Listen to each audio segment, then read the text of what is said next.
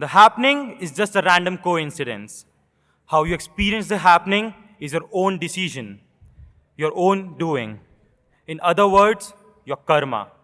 A heartful greeting to the audience present here. Today, I, Khushi Jain, And I, Rushil Dani, will be the host of the session. the speaker invited today needs no introduction to us. He is an Vedanta ex-gate, a national best-selling author, alumni IIT Delhi, IIM Ahmedabad, and an ex-civil servant, Acharya Prashant. Give him a huge round of applause. We would like to present you a hearty welcome on behalf of the whole management and the student community. We would like to invite Dr. Priya J. to introduce the speaker and set the flow for the event. A pleasant and a warm good afternoon to all gathered here. I take immense pleasure in welcoming you all to the most momentous and unparalleled occasion of this live student interaction with Acharya Prashant. I am extremely honored and exalted to welcome our chief guest and speaker of the day, Acharya Prashant, and introduce you to him. Acharya Prashant is an acclaimed authority on Vedanta, an author of over 100 books, including bestsellers Karma and Ananta, and a powerful voice of socio-spiritual awakening in the world today.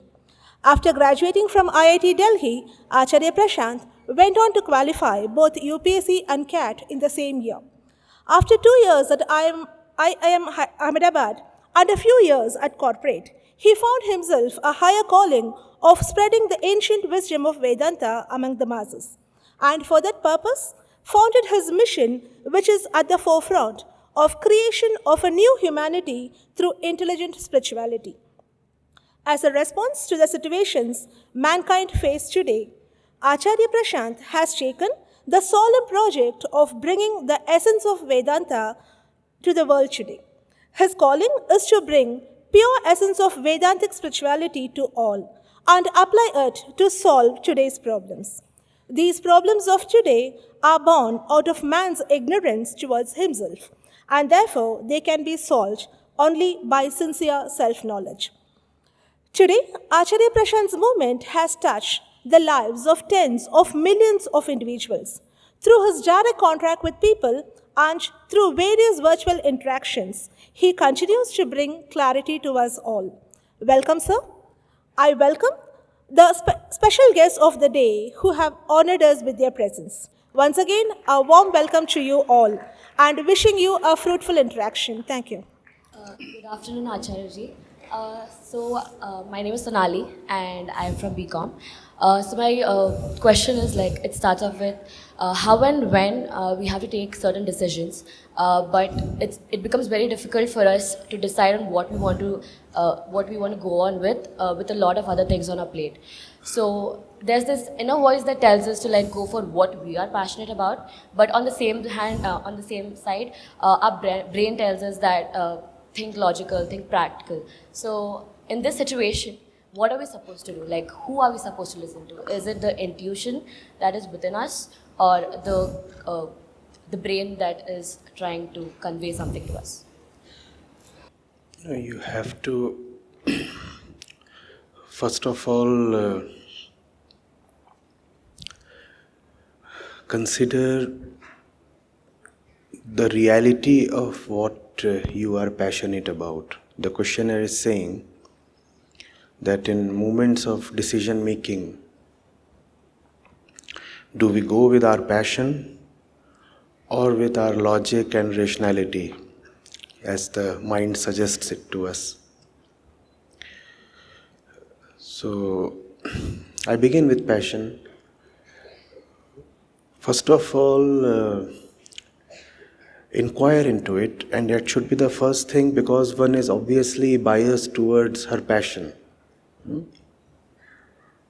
Even if the mind is suggesting other things, we all feel like following the course of our passion.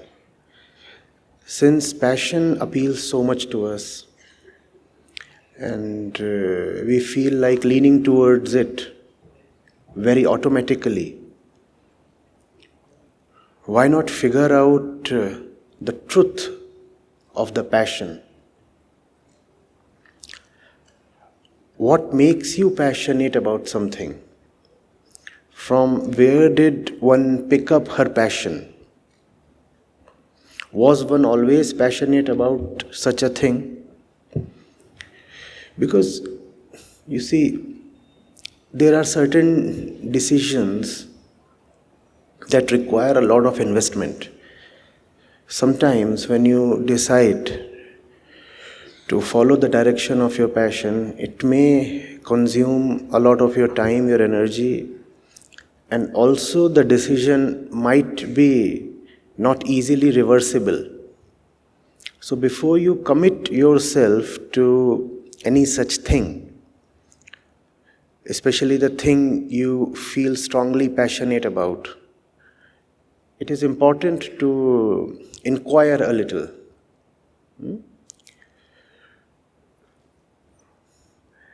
Is my passion arising from something that I deeply realize, or is it arising from something I am influenced by?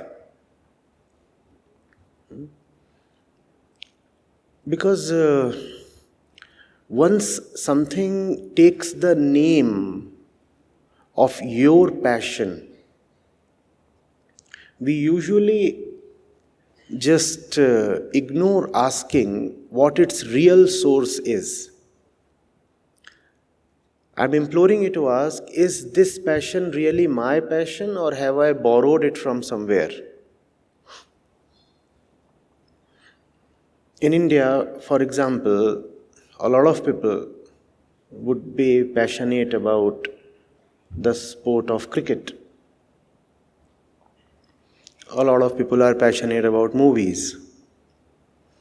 Would you be passionate about the same sport?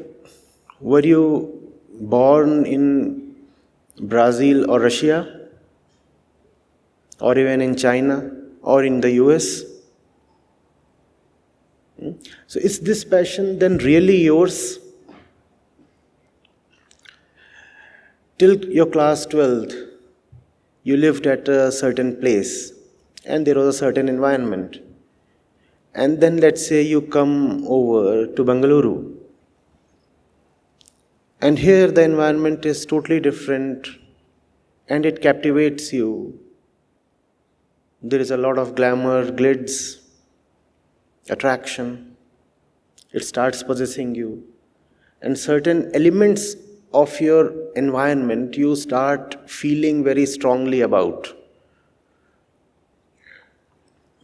And you start saying, this is what I really want.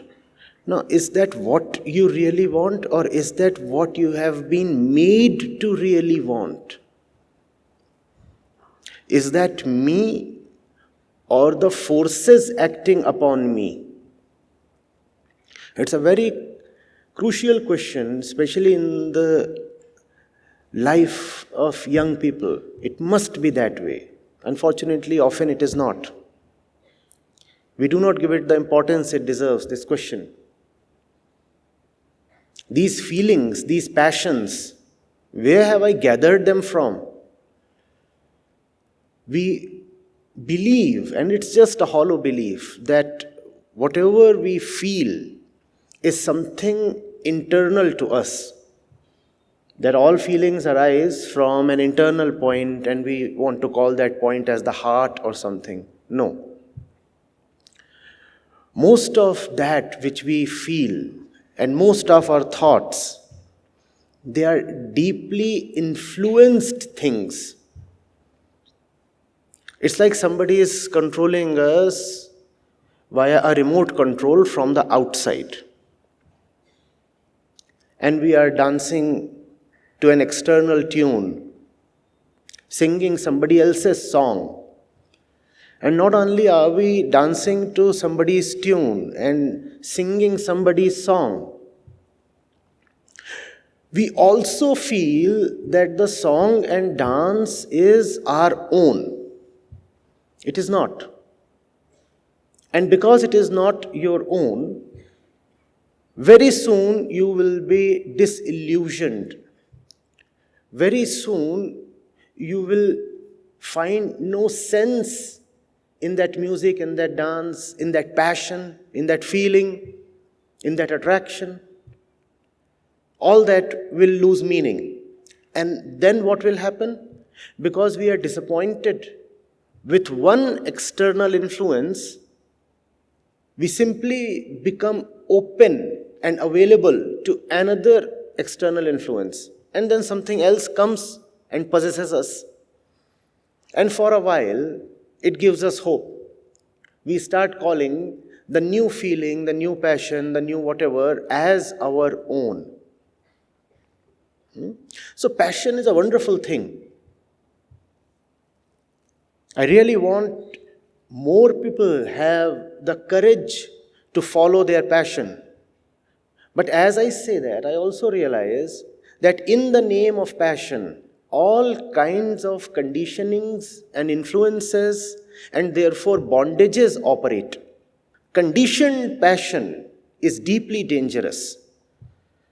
There would be nobody right now in this auditorium who would not be passionate about a thing or two.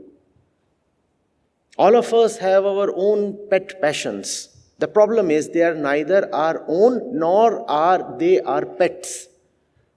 You call something your pet only when you control it, right? A pet dog. Our passions are not controlled by us. Instead, they control us. How are they our pet passions? And they are not ours. It's like we have been hypnotized and something totally external, something totally unrelated to our own reality has entered us, captivated and possessed us. And so deeply that we do not remember or realize that there was a point when this meant nothing to me, and there will be a point when I will be disillusioned from this same very thing. But at this moment, I'm captured, I'm hypnotized. I'm so captured, I have started calling this as my passion. No, that is not your passion. You'll drop it. And when that moment comes, there is a lot of pain. Not only is there a lot of pain, already a lot of wastage has happened. And that wastage cannot be recovered then. Therefore, the advice is two-pronged. Yes, go the way of your passion. Logic must be used to determine how to succeed in your passion. Logic does not come first. Obviously, passion comes first. The use of intellect is to find the way to the destination you are passionate about. The destination has to be determined by passion. Logic has to be used to find the route to that destination. True. Fully agree. But there is a great danger when we say this, and I'm repeating this, because that which you call as your passion is mostly a false passion. We keep falling in love. We keep slipping this way, that way. And then when we stumble, fall, get hurt, we get up and say, oh, I don't know what happened to me. Was I drunk or something? It's a nice realization. It's just that we don't stay with it. We realize that the last affair was a bad one, and then we walk into another one of the same kind. That's the truth of our passions. Ephemeral, shallow, influenced, hurtful, wasteful. So do follow your passion.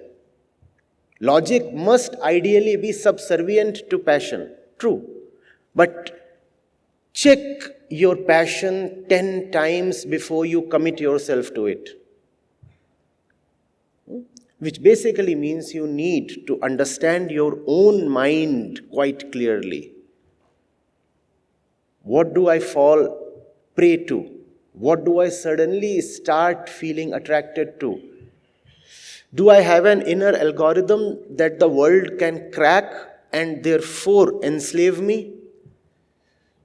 A lot of us operate in internal patterns. And those internal patterns are not new. They are very predictable. And when they are predictable, the world can use those patterns to take control of you. How do you think the various advertisers operate? How do you think the entire game of media works? They know how to influence you. They very well know that we have an internal algorithm, and it's a very simple one. It can be hacked. And they hack it every day.